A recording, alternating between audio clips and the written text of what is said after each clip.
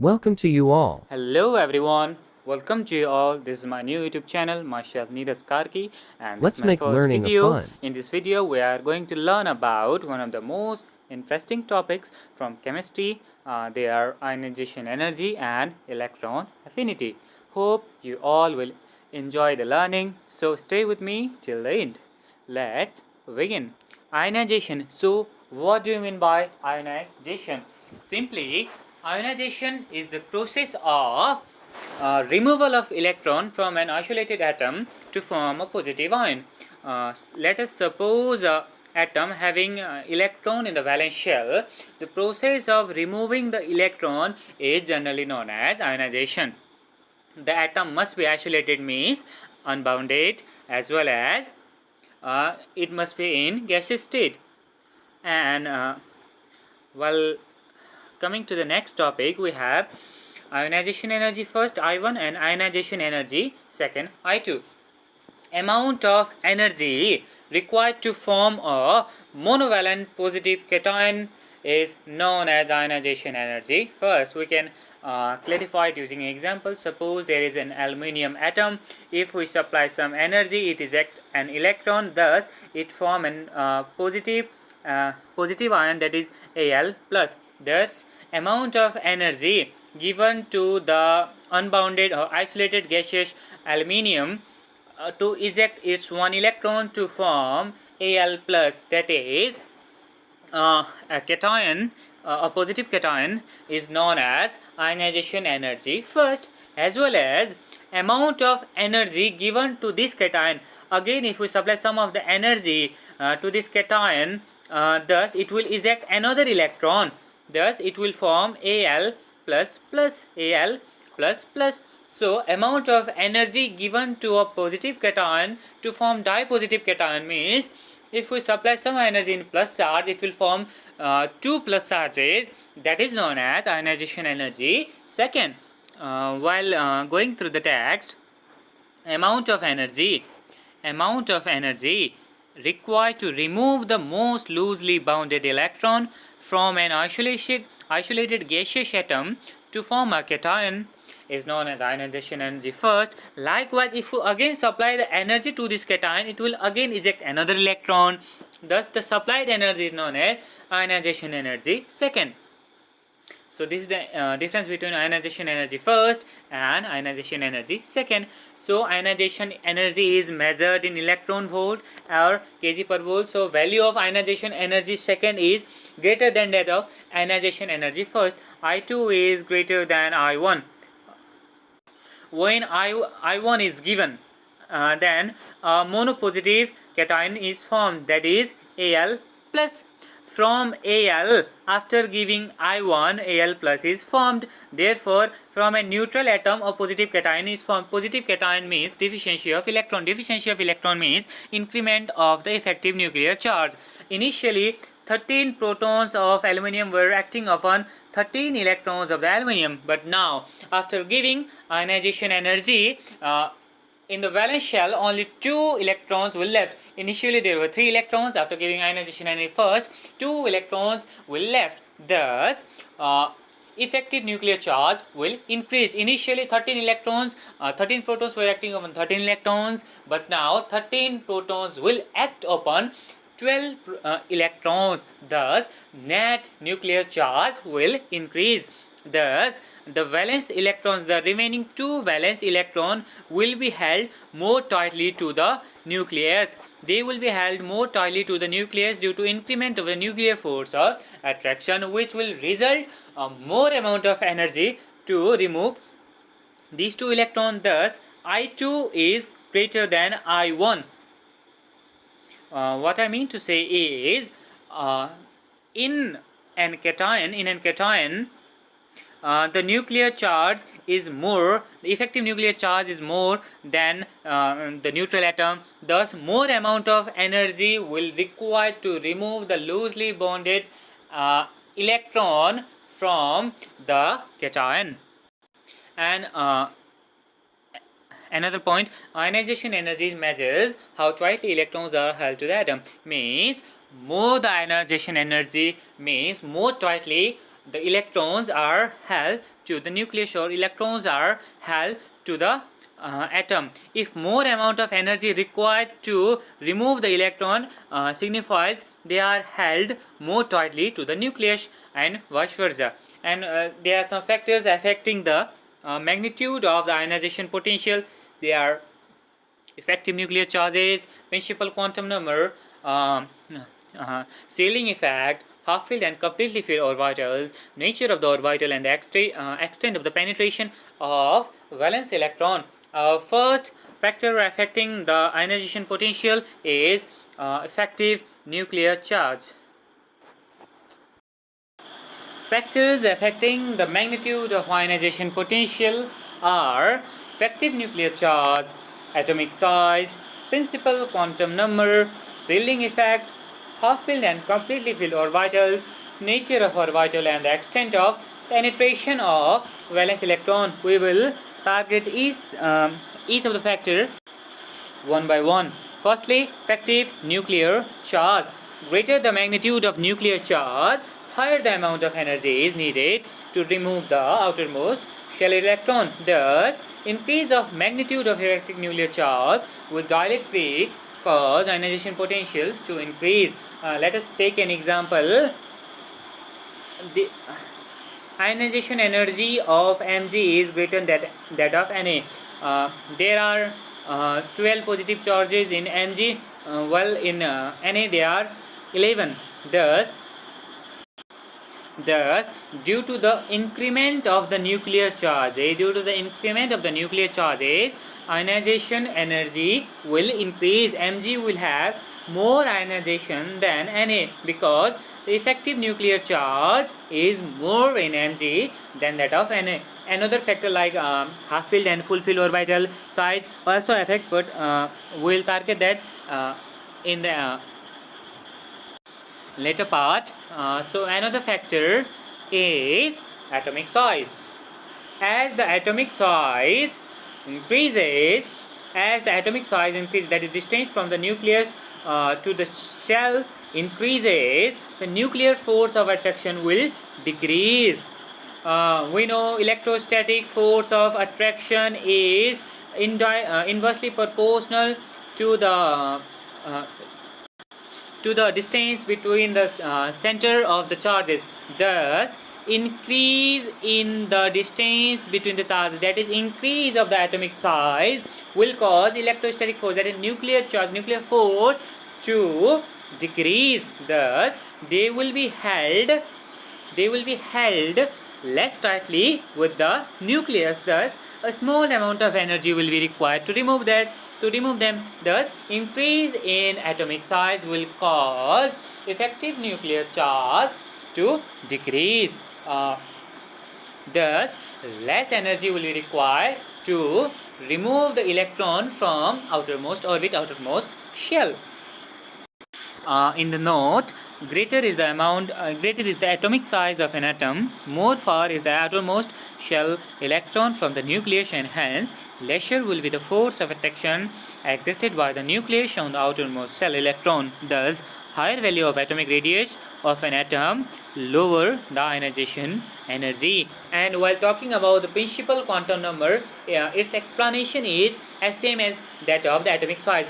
As the principal quantum number increase, that is K, L, M, N, this means increment in number of shell, which is directly proportional to the increment in the size of atom.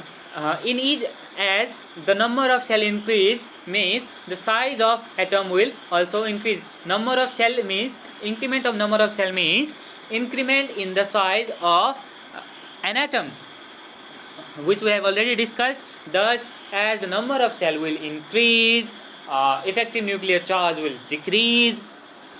As the effective nuclear charge will decrease, we will need less amount of energy to remove the loosely bonded electron from the isolated gaseous atom. Thus, principal quantum numbers also affect the ionization energy. For example, electrons in the outermost quantum number n will require less energy than that of K, because the electrons in N are farther than the nucleus than that of K. Thus, there is less force of attraction between the electrons of quantum number N and the nucleus than that of K. Thus, less amount of energy will be required to remove the electrons from N. Hence, we can conclude that more the quantum number, less will be the ionization potential, ionization energy. Our next topic is shielding effect. Shielding effect means due to the increment of the quantum number, that is K, L, M, N. As the number of shell increases, the inner shell get filled due to electron from Bohr-Vaire rule. So due to which there will be repulsion between the outermost electron and the inner electron. The repulsive force is due to the electrostatic force. As we know, there is repulsion between the same charges, which is given by the electrostatic force F, that is Q1 into Q2 over R square times 1 by 4 epsilon pi naught. So due to this repulsion, there will be decrement, there will be decrease in the net nuclear force. The repulsion will decrease the nuclear force, as force is acting towards nucleus while repulsive force is acting away from the nucleus, and if two forces are anti-parallel, the resultant will be shearly less. The shielding effect decreases the effective nuclear charge. As the effective nuclear charge decreases, means electrons are less tightly held to the nucleus, which means a small amount of energy will be required to eject the electron from the atomic orbital. Hence, we can conclude that increasing of the shielding effect decreases the nuclear charge. Thus, ionization potential or ionization energy will decrease. If Z is the theoretical nuclear charge and sigma be the shielding effect, the difference of Z and sigma will give the effective nuclear charge. Effective nuclear charge is denoted by Z bar cross, which is always less than the actual nuclear charge. Thus, there will be a decrease in the nuclear charge due to shielding effect. As the nuclear charge decreases, valence electrons in the outermost orbital will be held less tightly with the nucleus. Electron in the valence shell will be held less tightly to the nucleus. Thus, a small amount of energy will be required to eject the electron from the valence shell. Another factor affecting the ionization potential are half-filled and completely filled atomic orbitals. From Hund's rule, we can conclude that half-filled orbital like NS1, NP3, ND3, and full-filled orbital like NS2, NP6, ND10, likewise F14, are more stable than incompletely filled orbital like N1, N2, N3, S1 is a filled orbital. We cannot consider that. D1, D2, D3. The stability of half-filled and completely filled orbital is more than that of incompletely filled orbital. Thus, due to the greater stability, more amount of energy will be required to remove the valence electron from this orbital. Hence, ionization potential, ionization energy will be unexpectedly increased. Let's go through the text. According to Hund's rule, half-filled orbital NS1, NP3, ND5, or completely filled orbital like NS2, NS6, NP6, ND10 orbitals are comparatively more stable, and hence more energy is needed to remove an electron from such orbital. Thus, the ionization potential of an atom having half-filled or completely filled orbital is relatively higher than that expected normally from its position in the periodic table. Another factor affecting the ionization potential is nature of orbital, or we can generally consider the complexity of orbital. As the complex orbital will be, more amount of energy will be required to remove the electron from the orbital. In general sense, S is the simplest orbital containing spherical shape, so probability of finding electrons in the S orbital is same everywhere, while P is dumbbell shaped. Probability of finding electron in the nodal plane is almost no, while in the lobes is the greatest. Thus, complexity of p orbital is greater than that of s orbital. Thus, ionization energy of p orbital will be greater than that of s orbital, likely d orbital and f orbital. Thus, ionization of f orbital will be greatest than that of d orbital, than that of p orbital, than that of s orbital, because the complexity of f orbital is greatest than that of d orbital, than that of p orbital and s orbital. And another factor is penetration of the electron, penetration of the orbitals. S orbital is more penetrated than p orbital, than d orbital, than f orbital, due to which for the same valence shell, for the same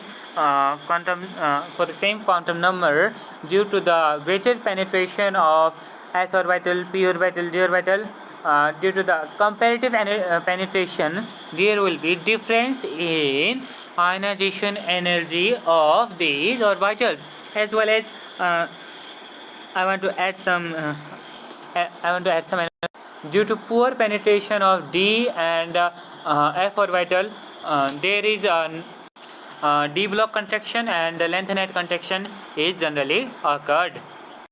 Now we are going to study about the trend of ionization potential in the period, in the group. While moving in the period, the atomic size decreases, as well as the effective nuclear charge increases, due to which the ionization energy increase. As we have already studied the effect of atomic radius and the nuclear charge, so you have all understood about this. Now let's move to the group. In a group, in each step a new shell is added, though there is also the increment of the nuclear charge, but the addition of shell outweighs the increment of the nuclear charge, due to which the net result is increase in size of the atom. Due to the increase in size of the atom, due to the increment of the distance from the center nucleus to the valence electron, effective nuclear charge will be less. Thus, the amount of energy to remove loosely bonded electron from the valence shell will be less. So, the factor affecting in the group are increase of the shielding effect. As we know, in the group, the atomic number of quantum number increases due to increment of quantum number. The inner electrons also increase, which cause penetration, which cause shielding effect. Due to the combined effect of shielding effect and increment of number of shell, ionization energy in the group generally decrease.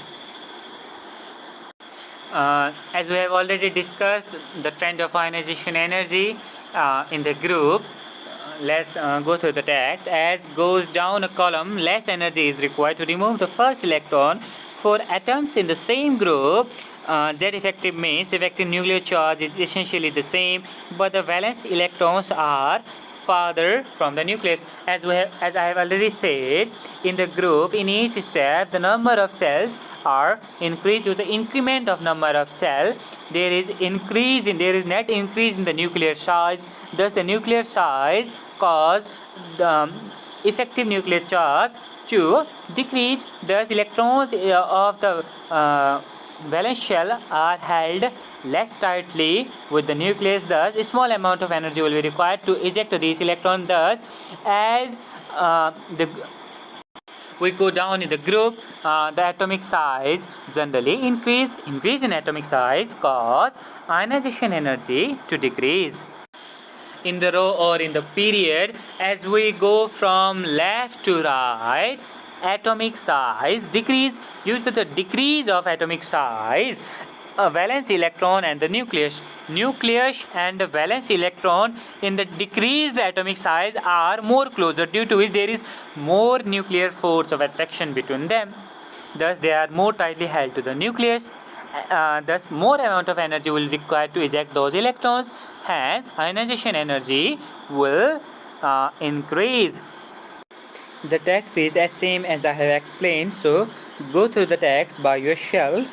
Let's turn to next slide.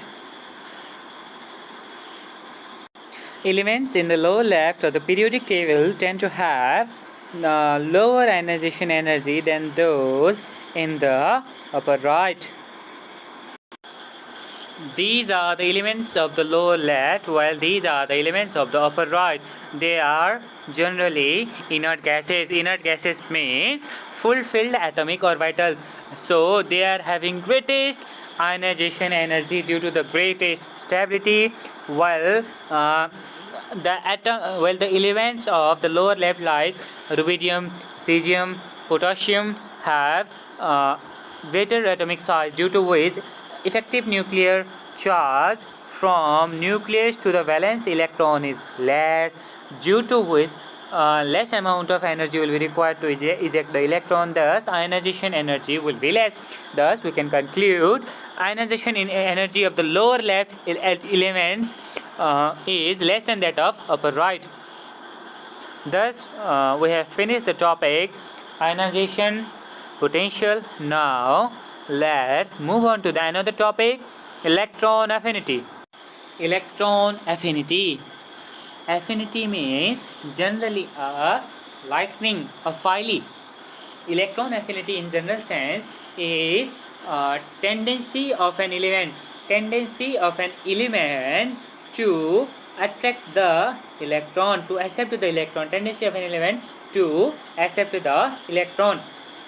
In the language of chemistry, we define electron affinity as amount of energy released by the element when an electron is added to the neutral atom in the gaseous state to form a negative ion. In the language of chemistry, we define electron affinity as amount of energy released when an electron is added to the isolated gaseous atom to form a negative ion. Thus, the process is generally exothermic. The energy is released, and as same as the ionization potential, we also have electron affinity first and electron affinity second. In first, energy is released, while in electron affinity second, while adding electron to an negative charge, the energy is not released. We have to supply energy from external source. So why we have to supply the energy from external source? Why the energy is not released in this case? Why the energy is released in first case? Let's discuss. Ionization energy first is the amount of energy released while forming a negative ion. If we again want to add another electron to the negative ion, there will be repulsion between the electron and the negative ion. Since the ion is also negative charge, electron is also negatively charged, there will be repulsion.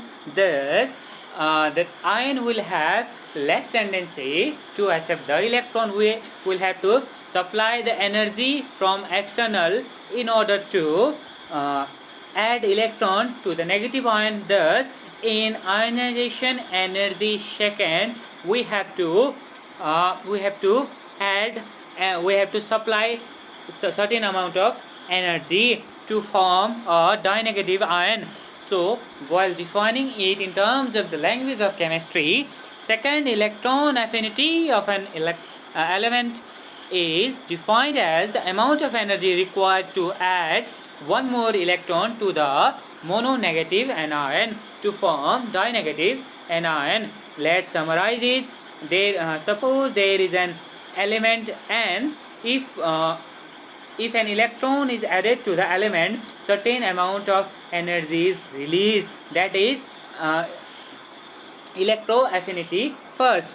So after releasing this amount of energy, a negative ion is formed. a negative ion is formed, that is an element having negative charge. So if you again try to add another electron, there will be repulsion between the negative ion and the electron. Thus it will less likely to accept the electron. Thus we have to supply the energy from outside. So the electroaffinity second will be endothermic. This will be endothermic, while electroaffinity first will be exothermic. That's it. So the factors affecting the electron affinity are nuclear charge, atomic size. Nuclear charge, more the nuclear charge, as the nuclear charge increases, atom will be more likely to accept the electron, because atom will be attracted by more electrostatic, the electrons will be attracted by more electrostatic force of attraction due to more nuclear charge. Thus tendency to accept the electron will increase due to the increment of the nuclear charge. So while going through the text, more the nuclear charge of an atom, more strongly will it attract the additional electron. Therefore electron affinity increase, so the nuclear charge increase. And thus we can conclude, nuclear charge increase, tendency to accept the electron also increase, which cause increment in the electron affinity. That's it. While talking about the atomic size, as atomic size decreases,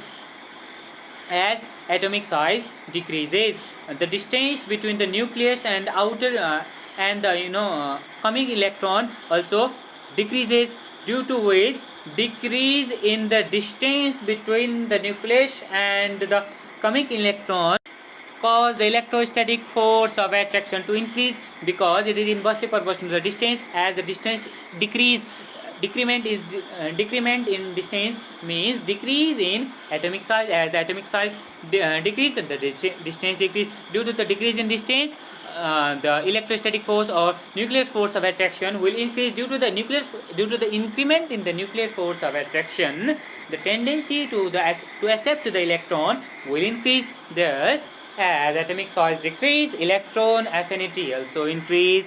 As the atomic size will increase, nuclear force will decrease. Due to the decrease in nuclear force, tendency to accept the electron will also decrease. Thus the electron affinity decrease as the atomic size increase. And another factor affecting the electron affinity is electronic configuration. Half-filled orbitals and full-filled orbitals. Half-filled orbitals like S1, P3, D5. Full-filled orbital like S2, P6, D10. The stability of electrons in these orbital is greatest of all according to the Hund's rule. Due to the greater stability, they have less tendency to accept the electron. Due to the less tendency to accept the electron affinity will decrease. Thus, in half-filled orbitals and completely filled orbitals, atomic electron affinity is generally less. While talking about the electron affinity, the periodic friend of the electron affinity in period, while moving in a period, the atomic size generally decrease. Due to the decrement of atomic size and the nuclear charge increase, so the effective nuclear charge increase and size decrease, favors the tendency to accept the electron. Due to the decrement in size, the effective nuclear charge between the nucleus and the coming electron will increase, due to which tendency to accept the electron will be favored. Thus electron affinity will increase in the period due to the decrease in atomic size and increase in nuclear charge. While moving down the group, there is increment in the atomic size. Due to the increment in the atomic size, the effective nuclear charge decrease. Due to effective nuclear charge or effective nuclear force of attraction decrease. Due to the decrement of effective nuclear charge,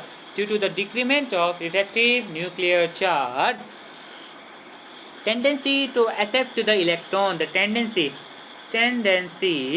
to accept the electron will also decrease. Due to this, while moving down in a group, the electroaffinity will generally decrease, and it is exothermic. Electron affinity first is exothermic, whereas successive electron affinities are endothermic. Now, the topic electron affinity is almost finished. I hope you all have get the necessary concept regarding this topic. Now we will study about ionization energy in the S block and P block. Well, in generally, ionization energy in the S block is generally greater because in the S block the atomic size of the element is generally greater. Due to the greater atomic size, the effective nuclear charge is less, thus a small amount of energy will be required to remove the loosely bonded electron from the gaseous atom. Thus electron ionization potential will be less. While in the P block atomic size atomic size is generally less. Due to the less atomic size, electrons will be held more tightly to the nucleus because there will be more effective nuclear charge. Effective nuclear charge will be more. Electron will be held more tightly to the nucleus. Due to this, more amount of energy will be required to eject the electron from the valence shell. Thus, in P block, ionization energy will be more. The video have been too long. Now go through the text by yourself. I hope you all have enjoyed.